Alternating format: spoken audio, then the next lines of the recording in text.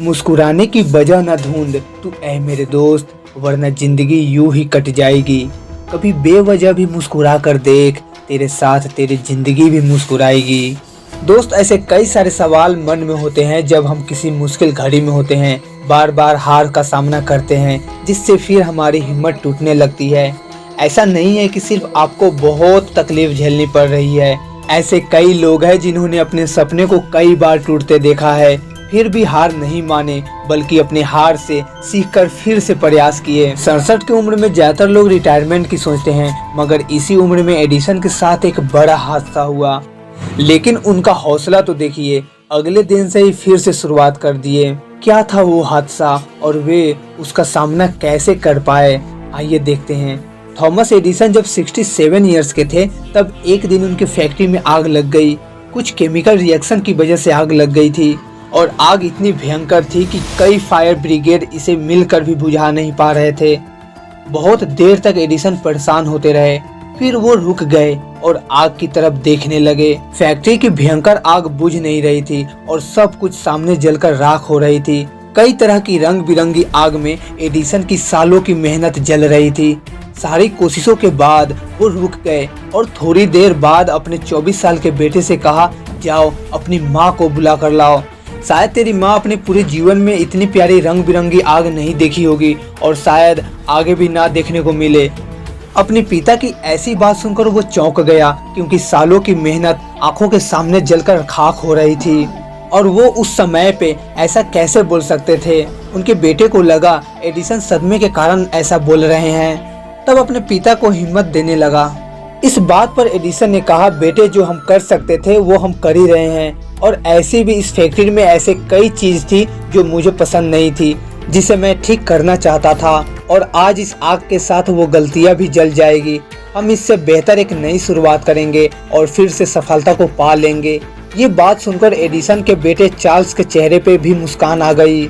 कहा जाता है ना, ऐ मंजिल के मुसाफिर, हौसले की तरकस में मंजिल का वो तीर जिंदा रख। हार जाओ तुम जिंदगी में सब कुछ, फिर भी जीतने का उम्मीद जिंदा रख। हम इंसानों में एक ऐसी बिलीफ सिस्टम बैठी होती है कि हमारे साथ हमेशा अच्छा ही होगा, हमें कोई दिक्कत या परेशानी नहीं मिलनी चाहिए। इसीलिए जब भी कोई बड़ी परेशानी आती है तो हम नकारात्मक विचारों से घिर जाते हैं और सवाल करने लगते हैं कि ऐसा मेरे साथ क्यों हुआ। कुछ लोगों को तो कोई भी प्रॉब्लम नहीं रहती, फिर भी हर समय परेशान रहते हैं। अगर हम ये उम्मीदें भी रखना छोड़ दें कि हमारे साथ हमेशा अच्छा ही होगा और जो हमारे साथ हो गया है उसे हम स्वीकार कर ले, तो मुसीबतों के समय में भी हमारी सोच सकारात्मक हो जाएगी। तब हम सही सवाल पूछने लगेंगे कि चलो यहाँ से अब क्या किया जा सकता है। तब हम किस्मत या किसी और से शिकायत नहीं करते। कई रिसर्च में ये पाया गया कि जैसा हम फील करते हैं वैसा हमारा इमोशन होता है, और उसके हिसाब से हम एक्शन लेते हैं और वैसे ही हमें रिजल्ट भी मिलते हैं। ध्यान देने वाली बात यह है कि हम जो कुछ भी करते हैं, चाहे किसी भी तरह की लक्ष्य की तरफ बढ़ते हैं, उसमें कई सारी परेशानियां और दिक्कतें आएंगी ही, पर ये परेशानियां बुरी नहीं होती। ये हमें हमारा बेटर वर्जन बनने में मदद करती है। बस उस स्थिति के प्रति हमें हमारा नजरिया बदलने की जरूरत है। या तो हम परेशान हो सकते हैं या तो फिर सीख ले सकते हैं। जब हम कुछ साल पीछे की जिंदगी के बारे में सोचते हैं और उसमें मिली हार और नाकामयाबी के बारे में सोचते हैं, तो उसी से हमें पता चलता है वही हमें आगे की जिंदगी में एक बेहतर, समझदार और मजबूत इंसान बनाने में मदद की होती है। हर सफल लोग सफलता के रास्ते में बड़े नुकसान को झेले ही हैं, क्योंकि ये बात सच है, बड़े काम करने के रास्ते में बड़े नुकसान भी आते हैं। जब आग तेजी से जलती है और उसमें कुछ फेंका जाए तो आग उसे भी जलाकर और तेजी से जलने लगती है।